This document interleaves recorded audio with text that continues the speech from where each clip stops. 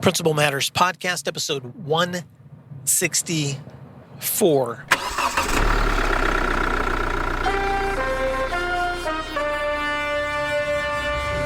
There's a stretch of road between Oklahoma City and Tulsa, the Turner Turnpike, I-44, that runs east back to the neighborhood where I live. And for about an hour and 45 minutes, I sit on this stretch of highway and watch as the white stripes pass under my car, and as the concrete spreads before me and behind me, and other cars and motorcycles and semi-trucks do their work of travel, I think. And sometimes I listen to podcasts, and sometimes audiobooks, and sometimes I pray, and sometimes it's just the news on the radio, or sometimes it's music and I sing. But today I'm reflecting, and it's been a long time since I've done an episode on the road. So today you're listening to Will Parker, host of Principal Matters Podcast, reflecting with you as I take a road trip. And I wanted to reflect as I'm driving safely with my hands on the wheel and talking into this mic that I hope you can hear, because today I had the opportunity to spend the day with one of my colleagues, Dr. Gracie Branch, who's the executive director for the Oklahoma Elementary Association of School Principals. And together, as I lead the Secondary Principals Association for Oklahoma, we were able to spend the day with a group of 43 new principals. And one of my greatest joys in the work that I do is connecting, exploring, learning, reflecting with school leaders, especially those who are stepping in to this journey because their interests, their passions, and their conflicts are ones that resonate with me because of the experiences I've had in my work. And so I just wanted to reflect as I'm driving on some things that might be helpful for you in your work if you're a new leader, but also might be helpful for you to reflect on if you're a seasoned leader, because sometimes it's good for us to think back to the essential things that are helpful. We spent our morning talking about culture and how culture is the bedrock of all of the important aspects of your learning environment, your instructional environment, your behavioral environment, the community building that you do, the feeling that's created when people are in your building, when students are learning. Culture's both intangible and tangible, but it's the ground, it's the bed in which you cultivate all of those other things that are so important about school. So whatever outcomes that you have this year for academics or for behavior or for whatever goals you've set for yourself and your teachers and your staff, none of those are possible unless the culture that you've created is a positive one where people feel trusted, they feel safe, they feel empowered, where they can experiment, where they can fail and be supported, and where they're not held to an expectation of perfection, but they are encouraged to be their best.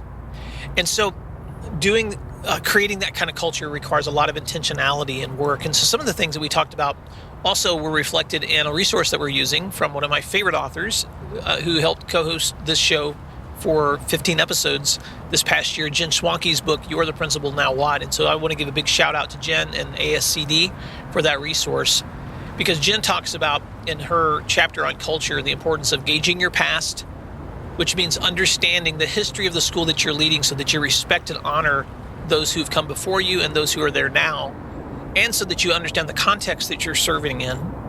And not just gauging the past, but also building from the ground up, because you're a new leader, and so you're going to have to build often new expectations, new goals, new relationships, new procedures that are your own as a leader, and that takes time. And so the importance of building from the ground up means that you show appreciation, that you're present, that you're visible, that you are strong in communication, and then maintaining momentum and knowing that once you have got that ball rolling, once you have school launched for the year, how are you maintaining momentum? Because it's easy to begin, but it's not always easy to end as strong urgently as you have begun. And so I just want to encourage you this week as you're thinking about your school year, when you think about culture, how are you reflecting with your staff on what has happened before so that you have context for how you're leading?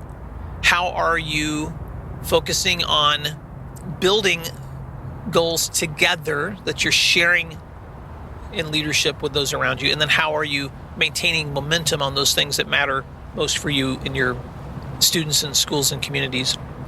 I also just wanted to reflect for a second on a question that a principal asked at the end of the day when we broke into secondary and elementary groups. And this principal was asking a question that there's no easy answer to, but here's the question, which was, how do I best organize my day so that I can actually accomplish goals without simply putting out fires all day long? And I know every principal listening to this right now can relate to that quandary and that difficulty and that tension. And here's the conversation that we had together as a group. So just some reminders. First of all, I think it's really important that you understand the difference between urgent and important, because everything, it seems like in school, is urgent. There are always going to be things that need to be put out, and some of those urgent things are important. If you've got a student who's unsafe, if you've got a situation that needs to be addressed that involves activities that could jeopardize your school's safety, you have to address those things. No matter what else is on your calendar, those are important moments where your presence is needed, and that is an urgent and important moment. Sometimes there are things that are urgent but not necessarily as important as other things. And that's where I think it's really important, and we talked about this, that you step into your school year understanding that the urgent and the important are going to constantly be pulling at you for attention. So how are you chunking your calendar with those tasks and priorities that you know ahead of time should remain important, whatever is happening in school? It doesn't mean that you can always get to them, but you already have them on your calendar. And let me give you an example.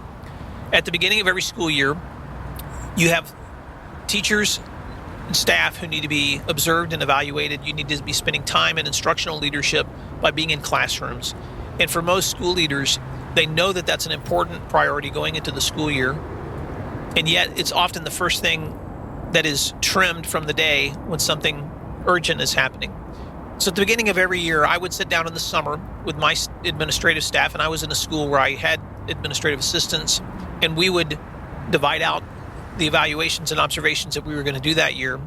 And I would take my group of persons for whom I was responsible for and create a calendar, and each of us did this, but I would create a calendar where I was able to pace myself so that I knew that every week I had to be in at least 2 teachers' classrooms for formal observations and evaluations. And that just happened to be the number that I needed to be able to meet my goals by the end of the fall semester and the early spring. And so I would create a calendar at the beginning of the summer that reflected each set of teachers that I was going to be seeing each week of school. Now, I didn't say what day I was going to be in their classroom. They were just on that week as my priority teachers whose classrooms I needed to see. And I would send that out as an Excel document with dates on the left, teachers on the right columns, so that they could see whose classrooms Will was going to be in for those ranges of each week of the school year. And as I went into my school year, that means that I would open my calendar as I'm getting ready to step into the coming week. I could identify, oh yeah, these are the 2 teachers that I'm prioritizing this week. So I could send them an email. I could say, listen, this is my week to come into your room next week. Please share some times with me that are going to be good times, that seeing instruction would be helpful for you and for me. And we would juggle our schedules till I could find some good times where I could be in their rooms. That meant when I stepped into that week, I already had my biggest priority, which was instructional leadership, focused on the 2 teachers that I wanted to see. And that didn't mean I'm not still doing walkthroughs or seeing every student, every teacher, every day. It just meant that I'm trying to prioritize in ahead of time, chunking who I want to see that coming week. So that inevitably, if I stepped into a day and there was a situation that still required my attention, or maybe there was a situation that was criminally involved, police involved, a situation that was student discipline related, or a parent conversation that I needed to have, all those other things that were going to inevitably happen, I would try to first of all see if I could schedule those urgent things around the fact that I was going to be in teachers' classrooms. And if there was something happening like an intruder drill or something that was impossible for me to still see teachers for that time, then I could reach back to them and say, I'm sorry, but today we had an intruder drill that I had to conduct, and so can I reschedule? But by chunking those important things in advance into my schedule, and I included in my schedule every week my PLC teams that I was going to be trying to see in subject matters that I specifically supervised, the leadership teams that I tried to pull together for frequent meetings at different times each month, the student leadership group that I wanted to meet with that week or every other week. And so if you chunk those important meetings into your schedule in advance, it doesn't mean that you're going to be able to accomplish every one of those meetings and opportunities, but it does mean that it's already a priority when you step into your week. So you're juggling all of those fires that you're putting out around those things already embedded into your schedule. And here's what you'll discover if you do that. You'll be surprised how much you can actually accomplish because it's already prioritized for you on your schedule, and how you can begin to adjust and massage those other things that have to happen in the day around those. And some days everything gets wiped right off the schedule because there's something that happens that requires your full attention. Maybe you've got students in possession of something really dangerous on your campus, and now you've got police presence and you've got to deal with it. But by chunking those important things in advance on your schedule, you've already prioritized what matters most. And so I just want to encourage you, as you're thinking about that feeling of being overwhelmed, how am I ever going to get this done? It's also important in early school leadership to realize that that feeling of being overwhelmed and not knowing the difference between what's urgent and important is just normal. But over time, you begin to figure out what's more important and what's more urgent and important. And over time, you begin to be able to prioritize, so that history helps. So a year under your belt means that next year you've had some context and experience for which things really do matter most, which report really does require more attention and time than something that might just take a few minutes. And so I think it's super important to consider that. There was also a conversation that we had today that is a really difficult one for leaders to manage, and that is, how do you manage the situations in your school with student crisis, specifically suicides? And I don't want to pretend for a minute like there's a quick fix answer to those kinds of scenarios, but I do want to just reflect on that for a minute from some things that were said among principals in that meeting that I thought were helpful for others and maybe helpful for you. First of all, I think it's important that you have a culture that encourages kids to ask for help, which means that you are providing context for students and teachers where they feel safe to ask for help, where they have people available to them who can provide them space for listening. And I know some schools have more resources than others. If you have the opportunity to invest in good counselors in your school or someone who's a student advocate, I know some districts that are using student advocates now, so that students have specific people they can go to when they need help or just need to talk, or maybe they need therapy. We've done contracts in the previous schools that I served in with outside therapists who we could contract with to come in and be available to our students. Some of them receive their funding through Sooner Care, and so if a kid is in a low income situation, he or she might qualify to see that therapist, and they get reimbursed through Sooner Care, which is Oklahoma's department that provides assistance to families in need. And so it's important that you create a structure where you anticipate the kinds of resources and supports that kids are going to need because they need it. I was just listening last week to Tim Elmore and Andrew McPeak, two of my favorite authors and writers and leader podcasters on the Growing Leaders podcast. And Tim and Andrew were talking about their newest book that they're publishing this fall called Gen Z Unfiltered. And I highly encourage you to go to growingleaders.com and check out Gen Z Unfiltered. You can pre-order it, and it comes with a lot of other resources, including an audiobook version. But in that research, Tim and Andrew discussed the fact that this generation of students that we're serving right now have the highest levels of anxiety and depression and suicide of any other generation that's ever existed in American history. And there's a lot of conditions that create those moments. There's a lot of cause and effect that we could discuss, but the reality is it's the circumstance that we live in as school leaders that we have students in our buildings who are consistently in situations where they feel in crisis, where they feel alone, where they feel desperate. And so creating an environment where you, first of all, have a mindset in your own mind and the staff that you serve students with as well, being able to have the mindset of understanding that we have kids in crisis so that we create environments where they can be nourished and listened to and where we can create interventions for them is super important. And of course, that leads to another conversation, it seems lately, that I've had consistently, which is what do we do with students that are coming from trauma situations? Because often those kids have a need for a resource that may be deeper than a kid who's not coming out of an unstable environment. And so it's really important that teachers and school leaders understand a trauma-informed perspective as well. So having resources available is one step. And then I think a second step too is making sure that as we are focused on the academic, the standards-based, the competency-based work that we're doing, that we're also focused on the hearts of our kids. And so that's why I think that there are some great resources available.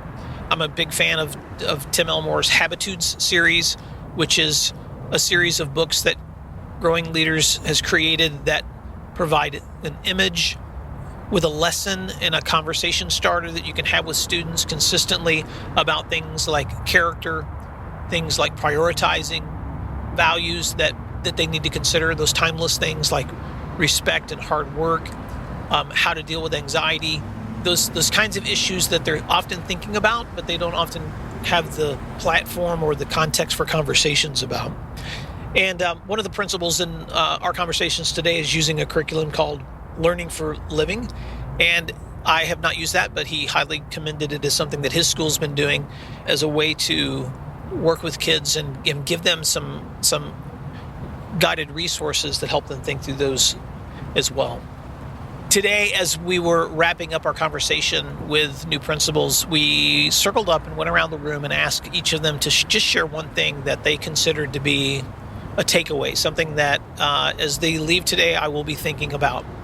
And here were some of the comments that were made that were really encouraging to me. And one of the comments that was said more than once was, "It is really encouraging to know that I'm not alone in my leadership, that there are other people just like me across this state who have the same struggles, challenges, and contexts that I do in my school, no matter what size it is." And I was so encouraged by that comment because I think about you, Principal Matters listeners, friends of mine who are across the U.S. and the world, and all of us have in common this mission of trying to create places, communities for students to learn. So it was encouraging for me to hear that. There were some other practical takeaways.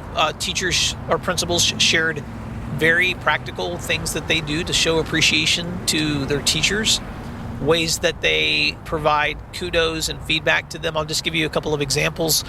One teacher said that they've created these door hangers that have options on them, kind of like you would if you were at a resort or someplace where you could do room service. And so they create these door hangers that once a month they hang on a teacher's door, and it allows the teacher to look at the door hanger and just check off something you would like to make your day better. Maybe it's a Sonic drink, or maybe it's a snack, and you could write in what kind of snack you like. Or maybe it's covering my class for 10 minutes or 15 minutes so that I can take a break. And so they make this list of things on the door hanger, put it on the door. Teachers fill those things out, and they go pick them up. And over the next few weeks, they try to make sure that they've met the need of each teacher. What's something that they've asked for? They go and buy that candy bar, or they schedule a time where they can cover a class. And I thought, what a creative way to allow teachers to reflect back to you what ways they want to be appreciated. It reminds me of some videos I've been seeing on social media recently of teachers who stand at their doorways, and they have a sign by the door of options for kids to choose from of how they want to be greeted. Do they want a hug? Do they want a high five? Do they want to dance in front of the teacher? And so it is so beautiful to watch these children walking up to their teachers, pointing at what they want, and then that teacher responds to them with that form of appreciation before they walk into their rooms. So how can we be thinking creatively about how to show appreciation to the teachers that we're working with, the people that we're working with, so that they know that what they do matters to us? And then finally, I want to just reflect on some other comments that I heard principals making today that I just think are such good reminders for all of us. And that is the importance of remembering that our personal lives are just as and often more important than our professional lives. And even though all of us are committed to the profession that we have of improving schools, serving students and teachers and communities, If you have people in your life that you value through relationships, and all of us do, whether that's family members or partners, or maybe it's your faith community, whoever those people are in your life that are those meaningful relationships that you turn to and need outside of school, they require and they deserve the kind of investment that you're giving to your school. And that's easy to say, but it's hard to do. And I had a conversation with the principal on our way out today who was just telling me that, she was reflecting today on how much time she's been pouring into her school and how much she's realizing that she's not been able to pour that kind of time into her children when she's home because she has such a hard time disconnecting from work when she's at her home. And she's made it a goal as she steps into these next few weeks to be investing in being present at home. And as we talked about that together, it just reminded me, and I wanted to remind you about this too, that when you take time to invest in those important relationships, whether that's your spouse or your children or a partner or someone else in your life that's important to you, investing in those personal relationships, including your own self-care, actually provides you with more perspective and context and energy and inspiration to serve your school. So they go hand in hand. Often we neglect the things that we want to do or that are good for us or good for our relationships because we feel like it's selfish. And I just want to remind you that it's actually better for your school when you're taking care of yourself and your relationships. And let me just give you some examples. If you're taking time for good nutrition, if you're exercising, if you're taking time to reflect, meditate, or pray, if you're taking time to sit across the table from someone you love and listen and share a moment and be in the moment, then you're going to be finding yourself more inspired, more creative, and I believe more able to solve problems and serve others with perspective and with inspiration and creativity because of it. And so as you go into this week, I hope these reflections that I've just had with you have been helpful in some way, whether that's the way you organize and chunk your day, whether that's the kind of culture and environment that you create for kids that are folks that may feel like they're in crisis, whether that's the habits that you have for your own lifestyle, personal and professional. All of those things influence how you lead. So I hope that's helpful as I'm driving this long stretch and wanting an opportunity to reflect with you. And I'm on the road a lot over the next several weeks. So this was the best way I could think of capturing my thoughts for an upcoming podcast.